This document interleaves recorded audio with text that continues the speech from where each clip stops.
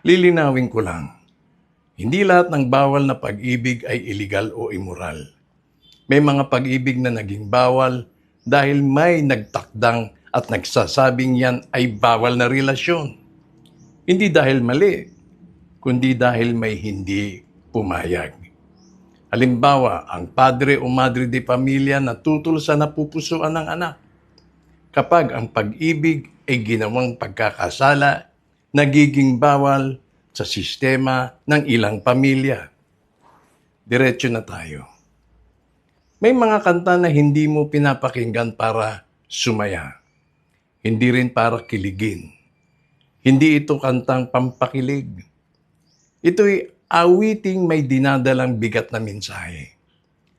Isa na riyan ang kantang Bawal na Pag-ibig ni Rico J. Puno. Kapag narinig mo ang unang linya, pagkakasala dito sa ating daigdigan, kapag umibig kung ito ay isang bawal, ang sinasabi agad ng awitin ay ito. May mga pag-ibig na hinatulan na bago pa man piliin. Hindi ka pa man umaamin, hindi ka pa nga nagpapasya, may hatol na at kasalanan mo na. At dito pumapasok ang mas malalim na sinasabi ng kanta. Hindi lang ito tungkol sa pag-ibig, kundi tungkol sa kawalan ng pagkakataong pumili. Ito ang mundong inilalarawan ng awit. Isang sistemang walang espasyo para makapamili. Ano ang ibig sabihin nito? Ibig sabihin, inilalagay ang tao sa sitwasyon kahit anong gawin niya, may kapalit na parusa. Kung piliin mo ang mahal mo, may masasaktang kapamilya. May mawawalang relasyon sa pamilya. May hiya, may takot.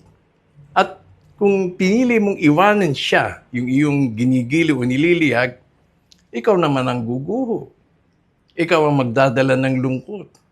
Ikaw ang mananahimik. Hindi ito pagpili ng tama at mali. Hindi rin ito pagpili ng mabuti at masama. Ito'y pagpili kung sino ang sasalo ng hapdi at ng sakit. Kaya kapag sinabi ng kanta, sa buhay ko ngayon aking naranasan ang magdusa sa pag-ibig na bawal, hindi ito pag-iyak dahil sa pag-ibig mismo. Ito'y pagdurusa dahil kinuha sa kanya ang pagkakataong pumili. Ninakawan siya ng kalayaang makapamili at magmahal.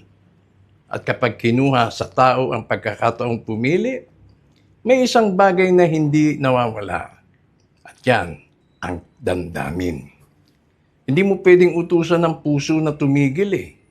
Hindi mo pwedeng ipagbawal ang mararamdaman. Pero kapag isinara ang lahat ng pwede at walang inialok na kapalit, walang iniwang daan palabas, ang natitira ay kung ano ang ipinagbawal. Kaya mas malinaw itong sabihin ng ganito. Kapag walang alternatibo, ang nananatiling damdamin ay yung ipinagbawal. Hindi dahil yun ang pinili, kundi dahil yun na lang ang naiwan. Madalas kasi ganito ang ginagawa ng mundo sa atin. Hinuhusgahan ang desisyon ng tao. Pero hindi tinatanong ang sitwasyong kinalalagyan niya. Madaling sabihin, mali yan, kasalanan yan, umiwas ka, wag yan. Pero bihirang itanong, anong pagpipilian ang iniwan sa'yo? Saan ka ba dapat magpunta? Paano ka mabubuhay ng buo? Kaya kapag narinig mo ang linyang, kung sa pag-ibig dito ako isinilang, ay sa pag-ibig nais ko na ang mamatay, huwag mo itong basahin bilang drama. Ito ay pagkawala ng sarili. Kapag ang buong pagkatao mo ay naipit sa isang damdaming hindi mo naman piniling maging bawal, unti-unti kang nauubos na parang kandila. At ito ang pinakamabigat na linya ng kanta.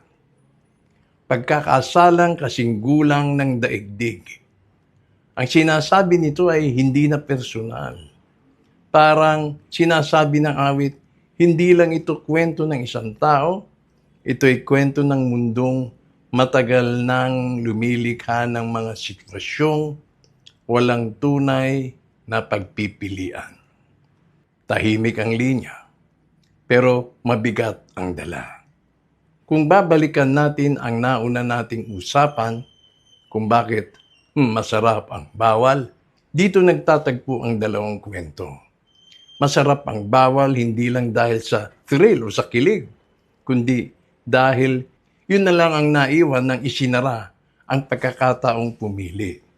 Kaya, hindi lahat ng pagdurusa ay galing sa masamang puso. Minsan, galing lang ito sa mundong kumukuha ng pagkakataong pumili. At pagkatapos ng lahat, sa kabila ng lahat ng pagdurusa, naninisi pa. Bawal